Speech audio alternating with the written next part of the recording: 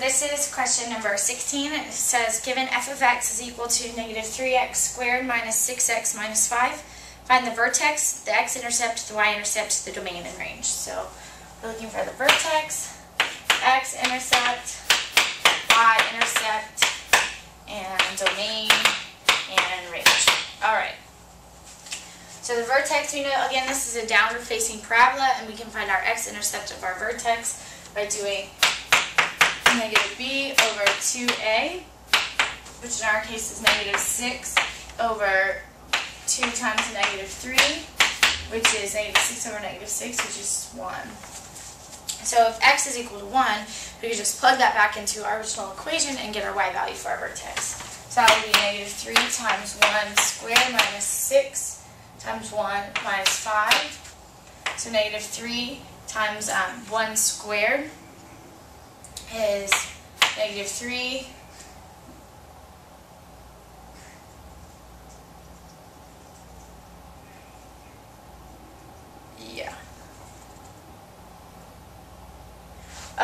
negative b would be positive 6, so this is a negative 1.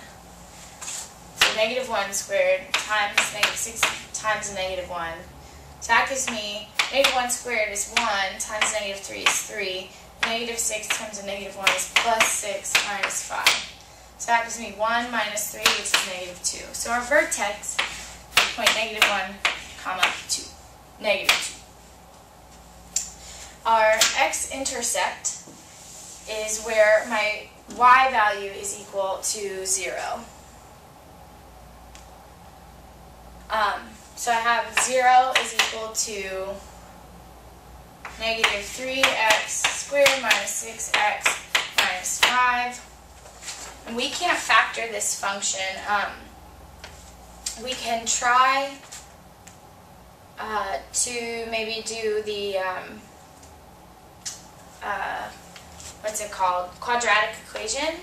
But I can also just look at my discriminant, which is b squared minus 4ac, and that has to be positive for there to be values. So b squared is 36 minus 4 times a, which is negative 3, times c, which is negative 5. So it gets 36 minus, this gives me 15 times 4, which is 60. So 36 minus 60 is a negative number, and that means that we have no x-intercepts. Now y-intercepts, on the other hand, are when the x value is equal to 0. So that just gives us 0 minus 0 minus 5, so it's just at negative 5. My domain will be, since it's just a downward facing parabola like this,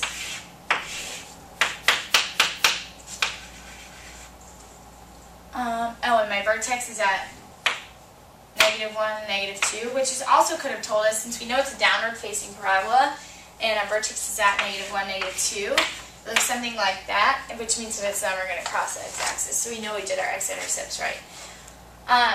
And so my domain then is going to be from negative infinity to positive infinity. I can plug in any values of x and get a number, but my range is going to be, sorry, that's a bracket, from, well actually that's parentheses, negative infinity all the way up to this negative 2 value, and that is a bracket. So that is how you do question number 16.